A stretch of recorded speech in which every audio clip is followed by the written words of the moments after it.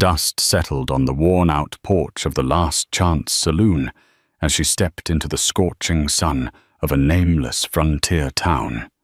No one knew who she was or where she'd come from, just that she had no man, no name, and no place to go.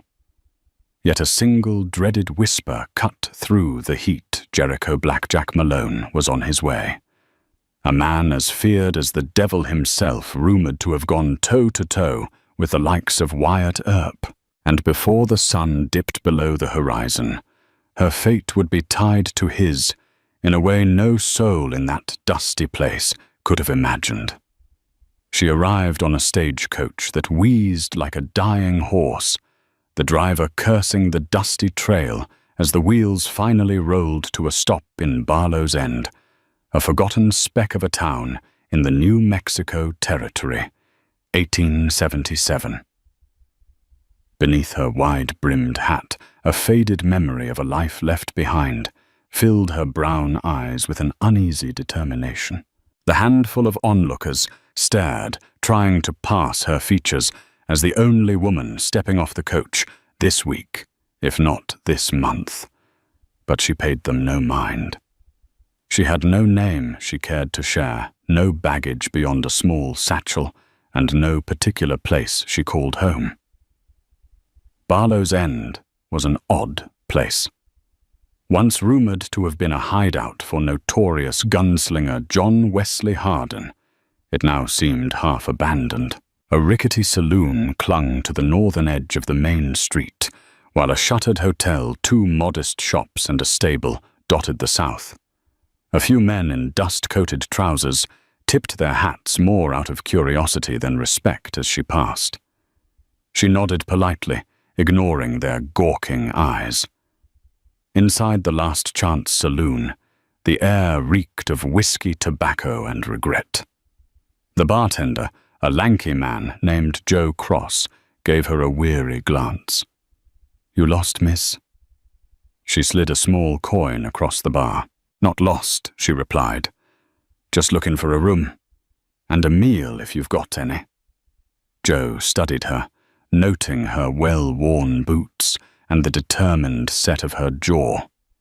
"Rooms are upstairs. Might want to talk to Rosie about that. She's the owner. Foods are edible when Lucky's in the kitchen." He shrugged. "But it's better than starving." She nodded and headed toward a corner table. Her nerves buzzed with a sense of foreboding, but her posture was proud. She had run away from an unspeakable past, one she'd never share with any living soul. Here she thought maybe she could start again quietly, anonymously. If fate were kind, she'd find a simple life in Barlow's End, working an odd job, saving enough to keep a roof overhead. But the West had rarely been kind to anyone, especially to a woman with no man, no name, and nowhere else to go. The sweltering afternoon gave way to a blood-red sunset, and the saloon's rowdy patrons trickled in. Card games started, cheap whiskey flowed, and a tired tune from an out-of-tune piano floated through the thick air. Behind the bar, Joe Cross wiped glasses and exchanged gossip with passers-by. Every now and then he glanced at the mystery woman in the corner, as if unsure what to make of her. She sat quietly nursing a glass of water. In the flickering lamplight, her features revealed subtle strength and hidden sorrow. A casual observer might have taken her for a simple traveler, but the more astute patrons noticed the way her eyes flicked around the room, watchful, cautious, as if expecting trouble. Trouble came in the form of a frantic man bursting through the saloon doors. His name was Leroy Hawkins, a ranch hand from a nearby spread. He was tall and gangly, sweat soaking through his shirt. His eyes darted around as though the devil himself might be on his heels. "She's here," he blurted, to no one in particular. "He's coming." Joe frowned and leaned over the bar. "Slow down, Leroy. Who's coming?" Leroy swallowed, struggling to catch his breath. "Jericho. Jericho Blackjack Malone." He nearly whispered, voice cracking. Instantly, the saloon's lively chatter dropped to a hush. There it was, that name that sent shivers through hardened outlaws and made honest ranchers lock their doors. The woman in the corner raised an eyebrow. She had heard stories drifting along every dusty trail in the territory. Jericho Malone was said to have once stood face to face with Wyatt Earp in a Tucson gambling den and walked away unscathed both physically and legally. Rumor had it Malone had a price on his head from here to the Rio Grande. Some said he was an outlaw, others swore he was a bounty hunter. Either way, he was a man to be feared. Joe cleared his throat and tried to maintain composure. "What's he want here?" Leroy shook his head. "Don't right know. Something about an old debt. Something about that ranch outside town.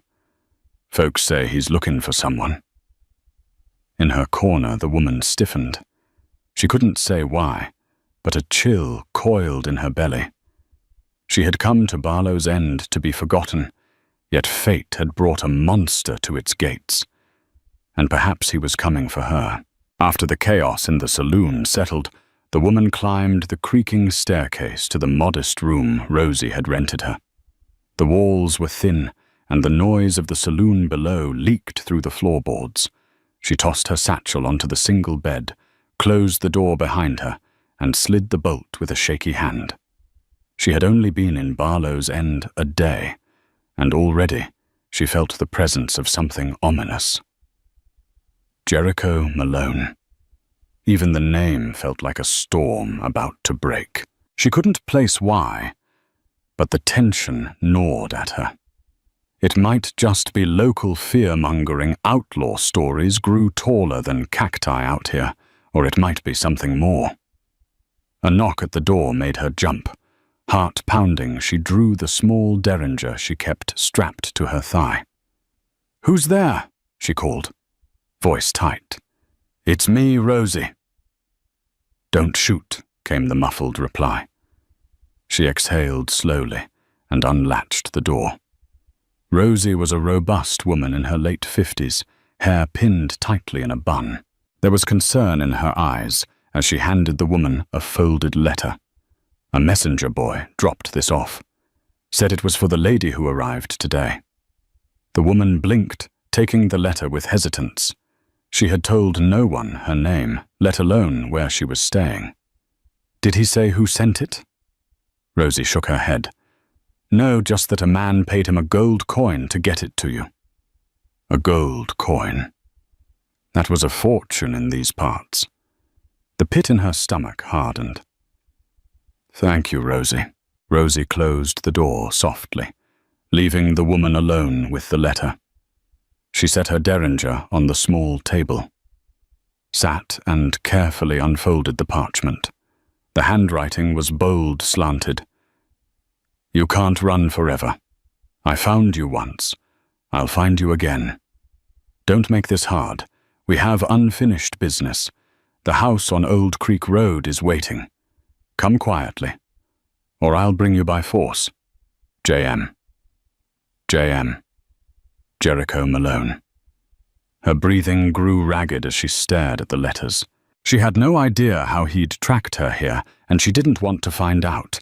The letter fluttered in her trembling hands. The same fear that sent her running in the first place was now at her door, and there would be no escaping it. She hardly slept that night. Every time she closed her eyes, she saw the jagged edges of her past. Her father, a small-town preacher back in Missouri, who'd cast her out when the rumors spread.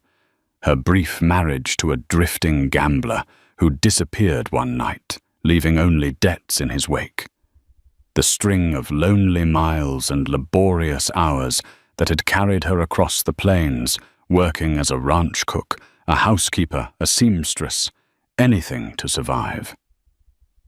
Yet amid those memories was another image Jericho Malone. She had met him once in a dusty Texas outpost, back when she was looking for a lost sister, rumored to have run off with outlaws.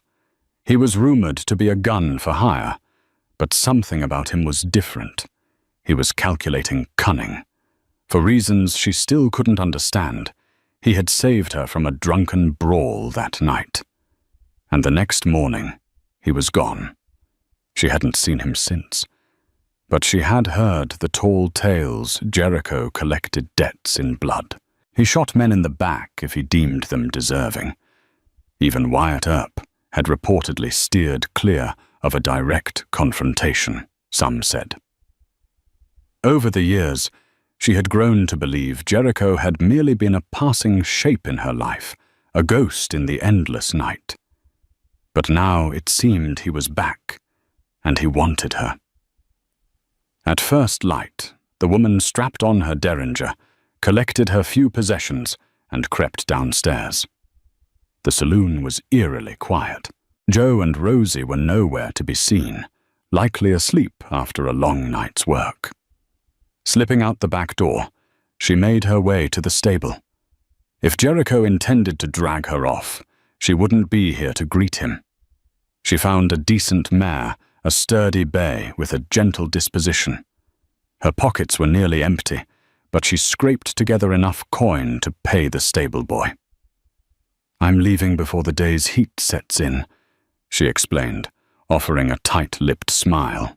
The boy nodded, eyeing her with curiosity. As she led the mare from the stable, a voice from the shadows startled her. "You can ride out of town, but you won't outrun him." It was Leroy Hawkins leaning against a post. Jericho always gets what he wants. A chill ran down her spine. Without a word, she mounted the horse and spurred it into a gallop, dust swirling up behind them. She had survived too much to surrender now. Jericho might be feared across half the territory, but she refused to be his captive. She thundered down the road out of Barlow's End, heart racing and eyes scanning the horizon. Miles of scrub and sagebrush stretched ahead, the sun already baking the land. She didn't know exactly where she was headed, just away. Away from Jericho, away from the letter, away from the fear. But the West was vast and perilous. Without a clear destination or enough provisions, her hastily planned escape teetered on desperation. By midday, her canteen was nearly empty, the merciless sun scorching her neck. She spied a rocky outcropping offering some shade and reined in the mare, both of them panting from the heat. After tying the horse, she slumped against a rock, cursing her lack of foresight. Her brief moment of rest was shattered by the echo of hoofbeats. She froze, hoping to pass unnoticed, but the sound drew closer until it stopped just beyond the outcrop.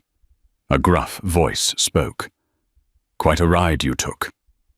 She scrambled for her derringer. Her pulse hammered as she rounded the corner of the rocks, aiming at the intruder. The man on the stallion wore a long, dust-stained coat and a battered, wide-brim hat pulled low over his eyes. Even from behind, she could sense his aura of danger. He turned slowly, and her heart sank as she recognized the face beneath the shadow Jericho Black Jack Malone. A jagged scar ran across his jaw, and his sharp grey eyes bored into her. He didn't flinch at the sight of her trembling gun. "You got some nerve running off," he said. His voice was low measured. "You knew I'd find you sooner or later." She steadied her shaking arm. "I don't belong to you. I won't be part of whatever twisted plan you have." Jericho leaned in the saddle, seemingly unimpressed by her defiance. "You think you can outrun me in this desert? You're out of water, and the next town is a day's ride. That's if you know the way." She bit her lip, realizing how dire her circumstances were. The West was unforgiving, and Jericho clearly had the advantage. But she wasn't ready to give up. "Better to die free than live as your captive," she spat. He raised an eyebrow. "Is that so?" Then with lightning speed, he drew his revolver and shot the derringer from her hand. The sting of the near miss left her trembling. Before she could react, he closed the distance, pulled her onto his horse, and spurred it forward. "Guess you're riding with me," he said, voice as cold as the steel at his hip.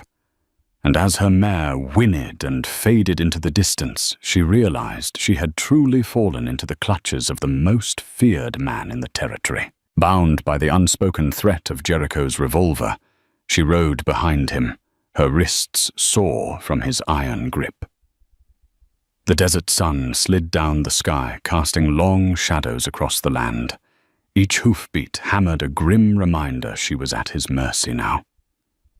Near dusk, they arrived at a dilapidated ranch house on Old Creek Road, just as the letter had promised. A crooked wooden fence lined the yard, and the roof sagged in places, hinting at years of abandonment. Jericho dismounted, then wordlessly yanked her down with him. Though she seethed with anger and fear, she kept silent. Inside the house smelled of dust and stale air. Broken furniture and old spider webs filled the corners. Jericho guided her to a room that might have once been a sitting parlor. He struck a match, lit a lantern, and the warm glow revealed the tension on his rugged face. She stood, defiant arms folded across her chest. "What do you want from me? You talk about unfinished business, but I don't owe you a damn thing." Jericho pulled off his hat, revealing dark hair, just starting to gray at the temples. He studied her in the lantern light as if searching for something. "That night in Texas, think hard. You were chasing rumors about your sister who'd fallen in with some outlaws." She bristled, remembering the desperation that had driven her across the frontier. "Yes. I was trying to save her, but I never found her. She vanished." Jericho nodded gravely. "I found her trail instead. I discovered that your sister ended up in the clutches of men much worse than me. I tried to intervene, but by the time I got there..." He paused, eyes dropping. "They were all gone, except for a piece of her locket." She felt a pang of sorrow. "How does that concern you?" His gaze hardened. "Because those men took something from me too. Something I've been hunting for a long time. They left me for dead, cost me more than I care to admit. And now I need you to help track them." She shook her head, disbelieving. "Why me? Because your sister's name might still open certain doors. You look enough like her that if I dress you up right, you could pass as her in a pinch." He stepped closer, voice quiet and deadly. "I didn't rescue you back then, just to watch you vanish. You owe me. And we're going to see this through together." The moon hung low and silver through the broken window, illuminating the sparse room, where Jericho forced her to stay the night. Sleep proved elusive. She stared at the ceiling, mind churning with mixed emotions. Part of her wanted to slit Jericho's throat the moment his guard dropped, but another part, the desperate part, needed answers. Could it be true that he had information about her sister, that there was still a chance, however slim, she might be found? Eventually, fatigue crept in, and she slipped into a restless sleep. When morning light filtered through the gaps in the planks, she was jolted awake by a clatter from the next room. Jericho was rummaging through a beat-up trunk, pulling out clothes, hats, and dusty boots. "Rise and shine," he called without looking at her. "We've got a long day ahead." She entered the room cautiously, her hand instinctively touching the spot where her derringer used to rest. She felt naked without it, but Jericho had confiscated the small pistol along with her satchel. She cleared her throat. "Where are we going west?" he replied, slinging a saddlebag over his shoulder. "There's a border town called San Alonso. Rough place, lots of bandits. Word is one of the men I'm after is holed up there." A man named Santiago Cortez. He was part of the gang that ran with your sister. He might know what happened to her. The mention of her sister, a name she hadn't spoken in so long, hit her like a blow to the chest. Yet she forced herself to remain composed. And how do I fit into this plan exactly? Jericho turned eyes, flicking over her. You'll pose as your sister. Enough folks out that way only saw her in passing. With some luck and the right story, you can get close to the gang. Draw them out. She scoffed, a flicker of anger edging her words.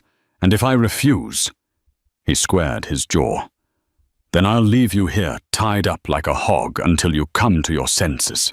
Either way, I'm getting what I need. You can help me willingly, or I can force your hand. Glaring, she looked away, despising him for his arrogance, and despising herself for the sliver of hope that maybe, just maybe, her sister wasn't lost forever. Fine, she said at last, voice heavy with resignation. But don't think for a second I'm doing this for you. Jericho's lips twitched in something akin to a smile. Wouldn't dream of it, he said. And so began their uneasy alliance, forged in fear and desperate need. They left the decrepit ranch house at dawn, riding 2 borrowed horses Jericho had apparently stashed near Old Creek Road. The day was cooler than the last clouds drifting across the sun, offering a reprieve from the relentless desert heat. Even so, the ride was long and silent tension, as thick as the dust that clouded the trail behind them. Jericho led occasionally, glancing over his shoulder to ensure she hadn't bolted. Not that she could. He still had her derringer tucked in his belt, and he rode with a confidence that suggested she'd be gunned down before she got half a mile. Their only conversation came when Jericho filled her in on the plan. We'll reach San Alonso by nightfall if we push the pace. The place is swarming with outlaws, but the law there is as crooked as a dog's hind leg. Keep your head down, do what I say, and we might walk out alive. She bristled under his high-handed tone. You've made this clear. I'm just the bait, right? He glanced at her eyes, narrowing. This isn't a game. Santiago Cortez is a cold-blooded killer. Don't forget that.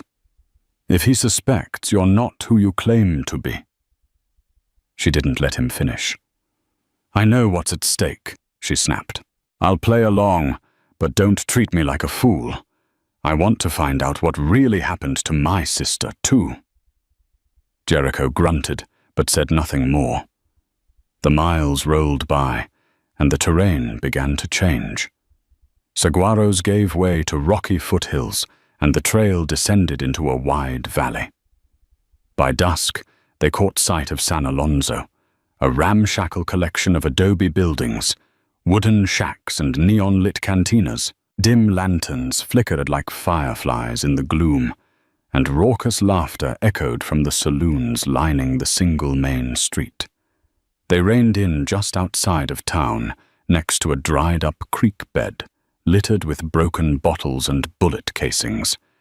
Jericho dismounted. We'll stable the horses at the edge of town, then head for the Golden Spur Saloon. Santiago's men practically live there. I'll find a spot to keep watch. You stroll in as if you own the place.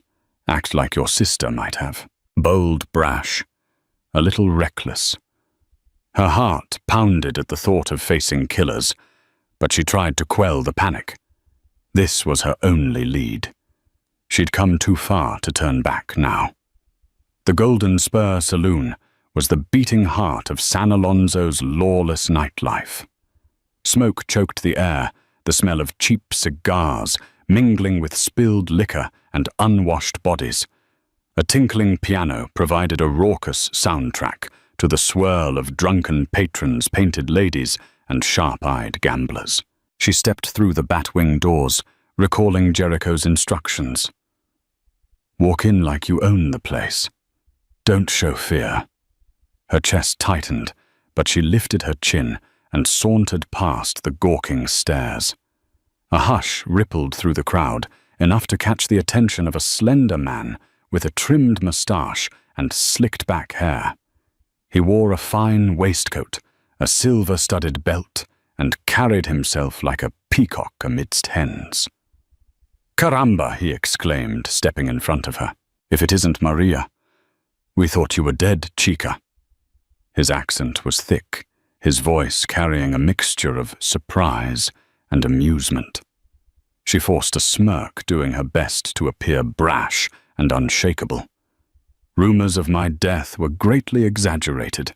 She purred carefully, masking any hesitation. Been layin' low.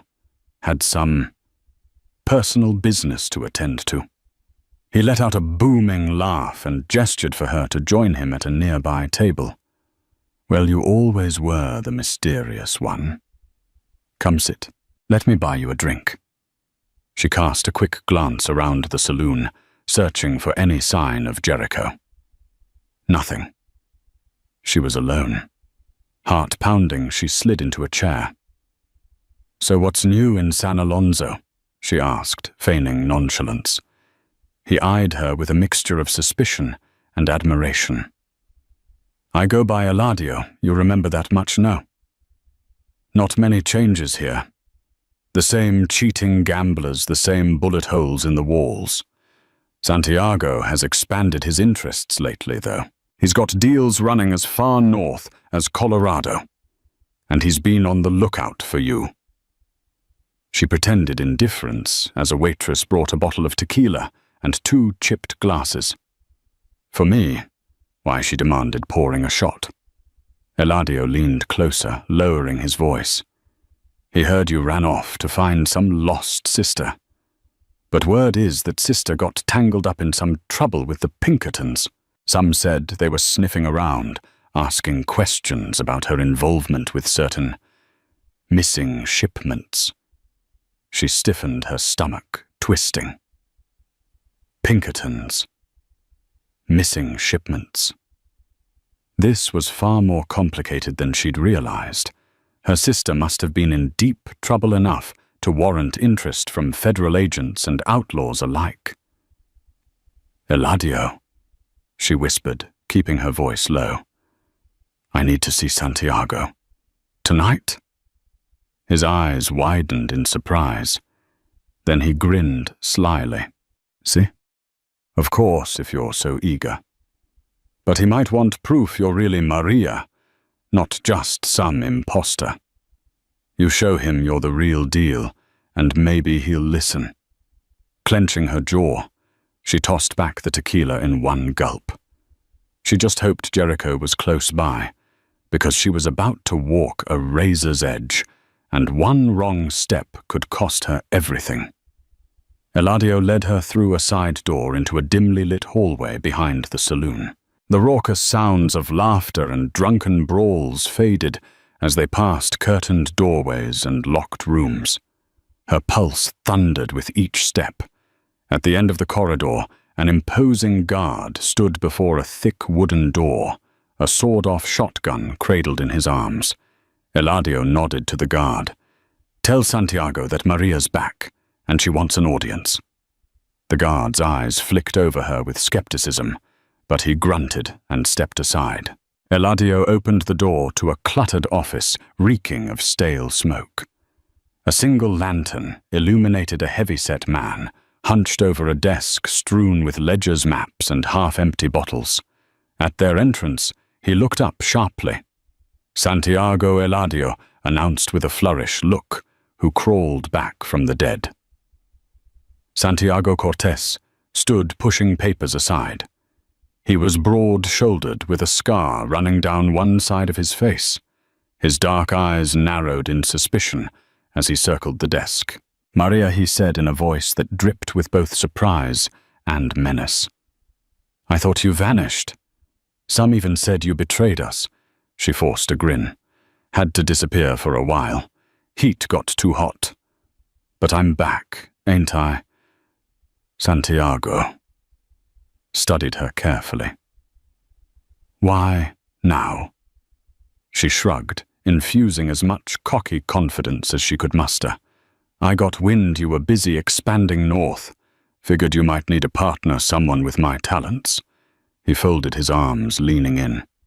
Maybe. But how do I know you're the real Maria? You look different. He reached out, brushing a finger across her cheek. Thinner, maybe. Panic threatened to steal her breath. Months on the run will do that, to a woman she fired back.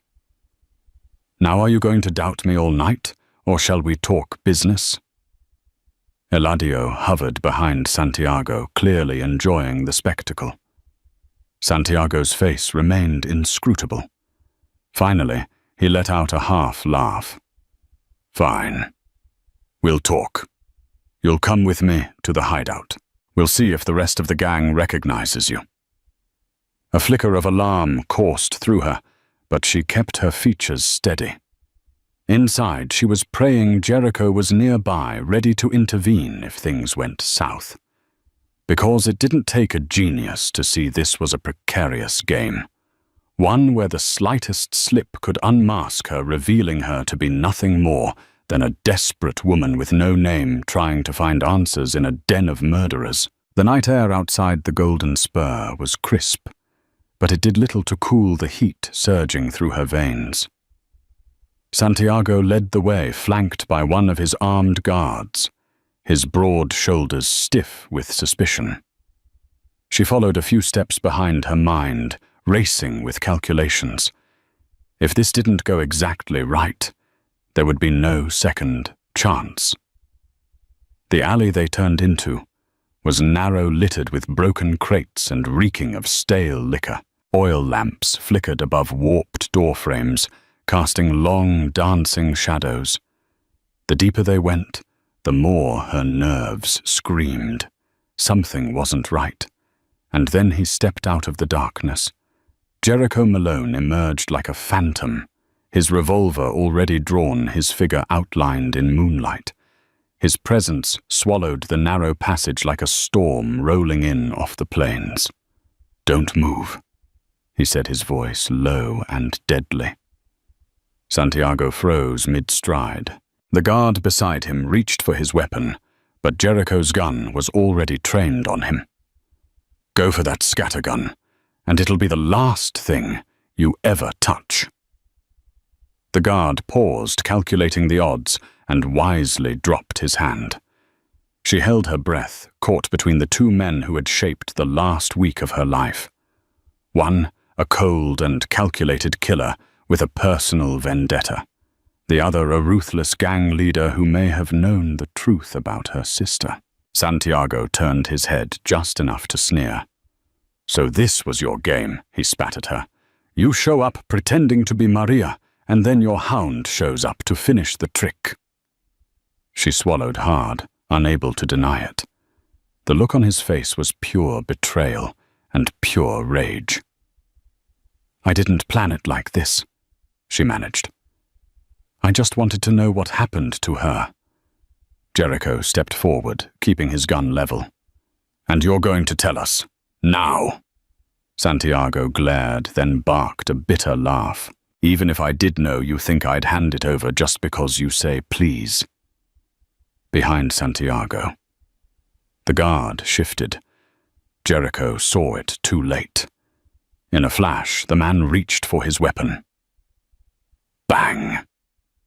A single shot rang out, and the guard crumpled to the ground, blood spilling into the dirt. Santiago ducked and rolled behind a stack of crates, drawing his own gun. Jericho cursed and dove for cover as a second shot shattered the corner of the brick wall behind him. She dropped to the ground, instinctively crawling toward the fallen guard's shotgun. Her hands found the grip, and she yanked it toward her chest. Heart slamming in her ears. From her left, another figure surged from the shadows. Eladio. His knife glinted in the moonlight as he lunged. She screamed and fired the shotgun from the ground. The blast missed by inches, but it sent him sprawling behind a barrel. Jericho now crouched behind a pile of crates, fired back toward Santiago. "You're outnumbered," he shouted. "Tell me what I want to know, and you might walk away." "You're delusional, Malone." Santiago's voice echoed through the alley. "You think you can take down my entire crew? They'll bury you in the desert before sunrise."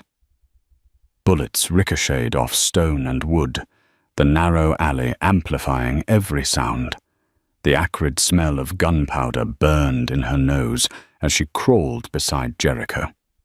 He didn't look at her, his attention fixed on the crates. "When I say run," he murmured, "you run for the stables. We need out of this town. We'll regroup and hit him again later." "No," she said, defiant. "We're not running.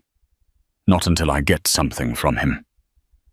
Jericho turned his steel-grey eyes cutting through the smoke. "We're no good to your sister if we're dead." A shout rang out. Another pair of Santiago's men were arriving from the saloon, guns drawn. Jericho took aim, squeezing off 2 shots. One of the men dropped, the other ducked into cover and began returning fire. The world was a blur of motion and noise. She crawled to better cover her shoulder, aching from the shotgun's recoil. Splinters from a crate sliced her cheek as bullets slammed into it. She saw Eladio rise again, creeping toward her with blood on his temple and a murderous gleam in his eyes. With no time to aim, she swung the shotgun like a club, catching him in the side of the head. He collapsed with a grunt. Jericho shouted, "Now!" She didn't need to be told twice. She scrambled to her feet, barely dodging a stray bullet, and sprinted for the alley's end. Jericho followed his revolver, barking in rhythm behind her. They burst out onto the main street, their boots pounding across the wooden boardwalk. Townsfolk screamed and scattered. Drunken gamblers dove under tables. Horses whinnied in alarm. There she yelled, spotting the stable across the street. They barreled through the doors just as a new wave of gunfire erupted from behind them. Jericho vaulted onto the nearest horse, extending a hand to her. She grabbed it, swinging into the saddle behind him. Without waiting, he kicked the horse into motion, and they exploded out of the stable hooves, striking sparks on the stone. Behind them, Santiago's voice echoed like a curse. "You can run, Malone, but you can't hide forever." And for the first time since Barlow's end, she truly believed it. Gunfire cracked like thunder in the alley, the night erupting into chaos. Every breath she took was laced with gunpowder and panic. She clutched the shotgun with trembling hands, the weight unfamiliar but strangely comforting. Her shoulder ached from the recoil of her first desperate shot, but there was no time to dwell on pain, not with bullets screaming past her and death waiting in every shadow. Jericho, pinned behind a splintered barrel, barked out a command without looking. "Move now." She didn't hesitate. Heart pounding, she bolted toward him, crouched low, the shotgun hugged to her chest. He rose from cover just long enough to fire 2 shots toward Santiago's men before grabbing her arm and pulling her down behind a stack of crates. His grip was tight, his breath ragged. "More of them'll be on us any second," he growled. Santiago's voice rang out through the din, furious and sharp. "Malone, you think you can waltz into my town and leave breathing?" "You're a dead man," Eladio, someone shouted. More footsteps echoed from the saloon entrance. "Back up."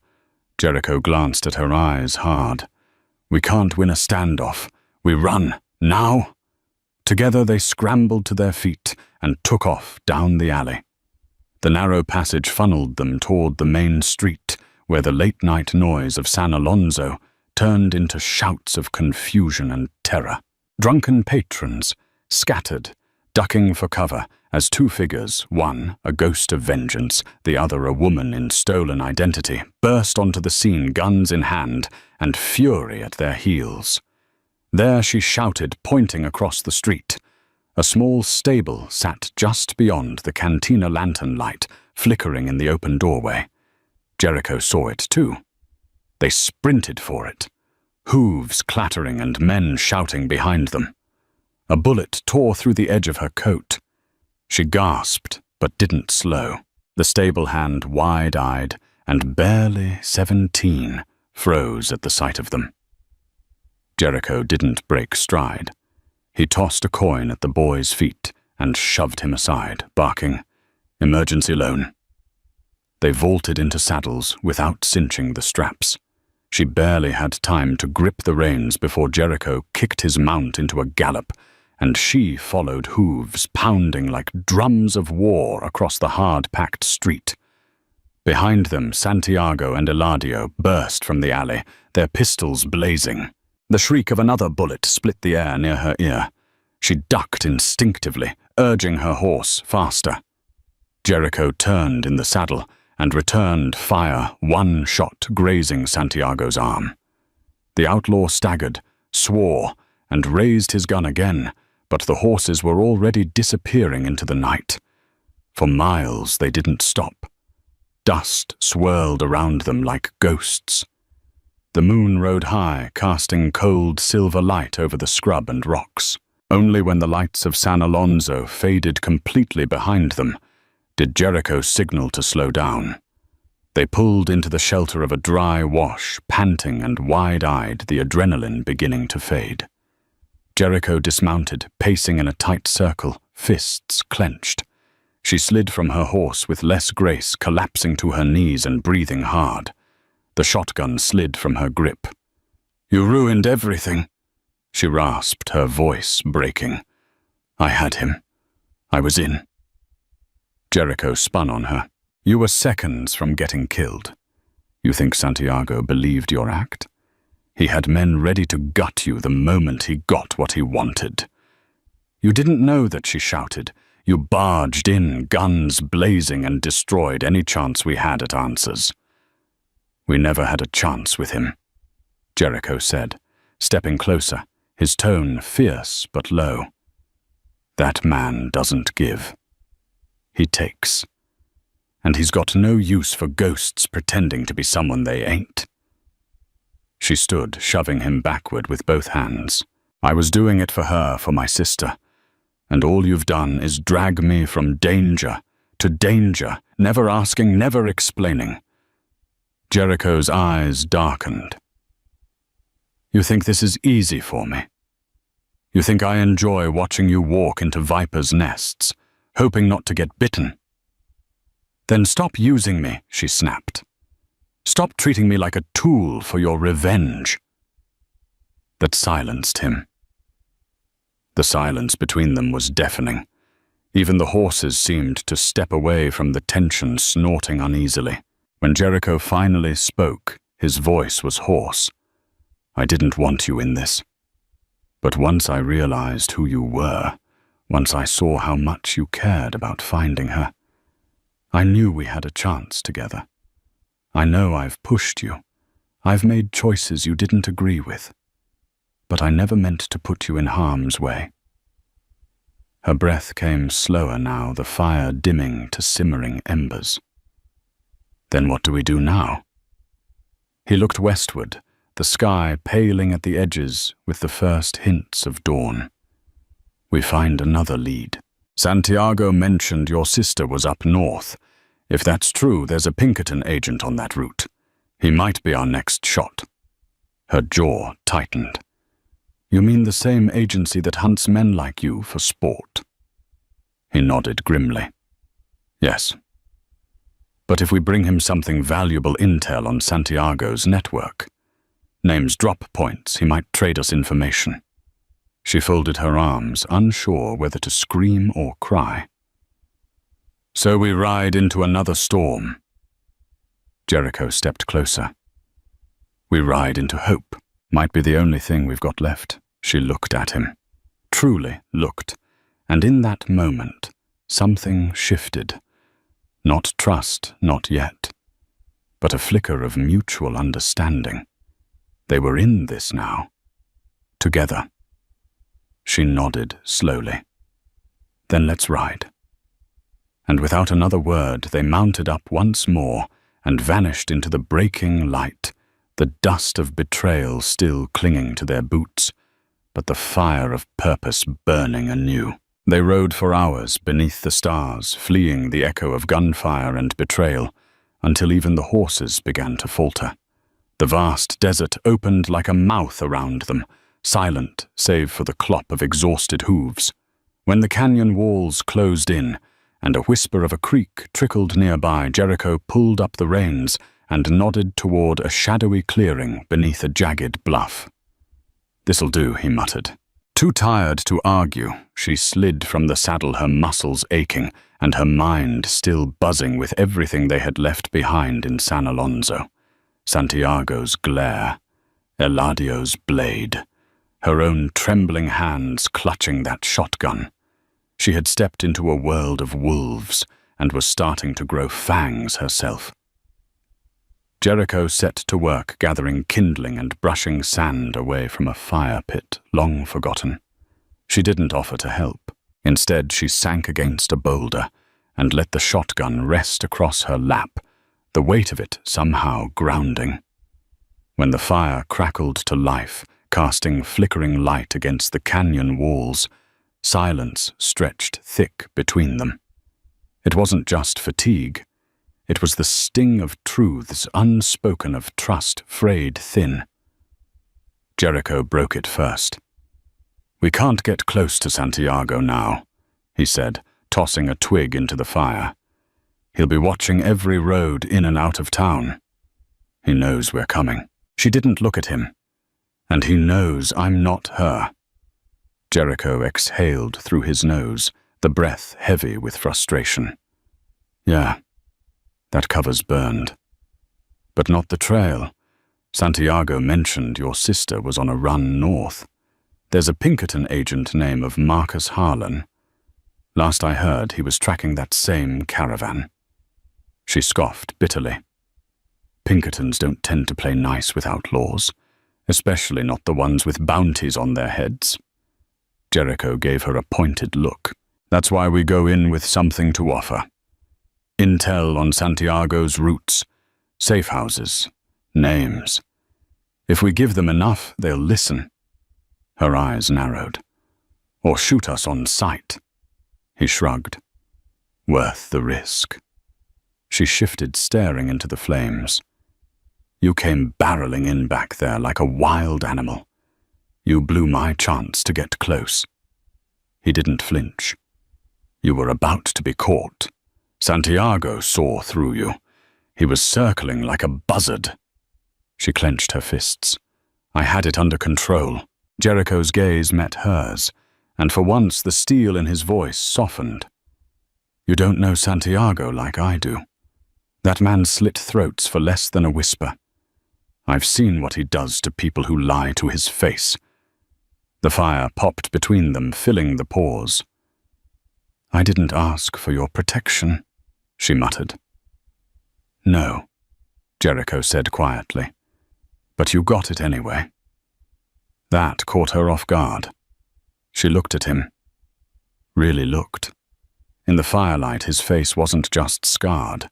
It was weathered, carved by regret, not just violence. His eyes weren't just sharp, they were tired, haunted. "I never asked for this life," he continued, his voice barely above a whisper. "I was a rancher once, had a father who taught me to mend fences and raise cattle. Then one day, men with badges came to take the land.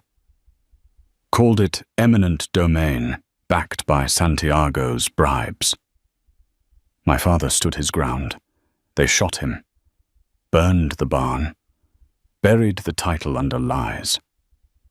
She felt something shift in her chest, not sympathy, not yet, but something close. "You hunted them down," she guessed. "One by one," he said. until only Santiago was left. And by then, the law had branded me worse than him. The fire dimmed slightly as the silence returned, but it wasn't bitter this time. It was weighty, real. She pulled her coat tighter around her shoulders.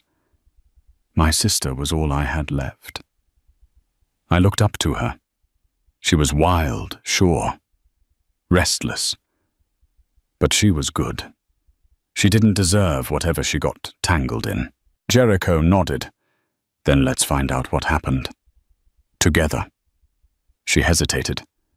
Together, she repeated the word strange on her tongue. Jericho held out his flask. She accepted it. The whiskey burned down her throat, but it steadied her nerves. Tomorrow, he said, we head northwest. There's a settlement near the Rio Grande. Pinkertons have a presence there. If Harlan's around, that's where we'll find him. She met his eyes. And if he decides turning you in is worth more than helping us. Jericho gave a tired smile. Then I guess I'll finally pay my dues. She didn't return the smile, but for the first time she didn't pull away either. There was no forgiveness yet. No trust. But a sliver of understanding had taken root. They were both survivors. Both hunted. And now both chasing ghosts in a land that devoured the weak. As the fire flickered low and the canyon fell into shadows, she leaned back against the stone and let her eyes close, not in peace, but in resolve.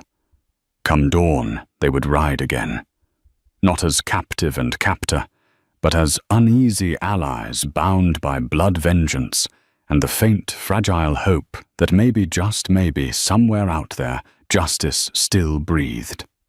In the morning's first light, they broke camp, saddled up, and rode northwest. The journey was silent, but filled with an unspoken truce. She had no illusions about Jericho's violent past or his capacity for ruthless action. Yet she sensed that under his hardened exterior was a man shaped by loss. Day after day, they crossed dusty plains and winding canyons, the sun scorching overhead. At night, they huddled by small fires, sharing half-truths and personal confessions in hushed voices. She told Jericho about the father who disowned her, the gambler who left her in debt. He in turn told her about the brother he'd buried after a range war in Kansas, and the solitary years spent chasing the men behind his family's ruin. As they neared the mining towns along the Rio Grande, they heard rumors Pinkerton agents had been spotted in the area investigating a series of stagecoach robberies believed to be connected to Santiago's gang. One name kept surfacing: Agent Marcus Harlan. He was reputed to be uncompromising, a stickler for the rules, and fiercely dedicated to his cause. Some said he was in contact with none other than Wyatt Earp, who was passing through on his way to Lordsburg.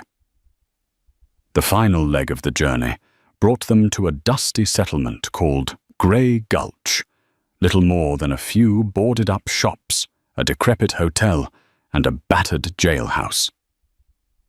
To their surprise, the Pinkerton crest was displayed above the jailhouse door. Jericho dismounted, took a deep breath, and glanced at her. "This is it," he said, nerves evident beneath his calm facade. She swallowed hard. "Let's just hope we don't end up in chains." They stepped inside to find a lean man in a bowler hat poring over documents by lantern light. He looked up, surprise flickering across his face. "Can I help you?" Jericho took off his hat. "Name's Jericho Malone. This here's..." He hesitated, realizing she had yet to give him a real name. She stepped forward, deciding in that moment to claim her identity.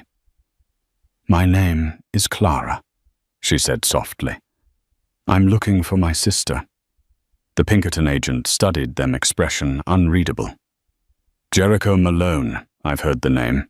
And your wanted poster. You must have a death wish coming in here." Jericho nodded, jaw tight. Might be. But we've got information on Santiago Cortez that could help you close your cases.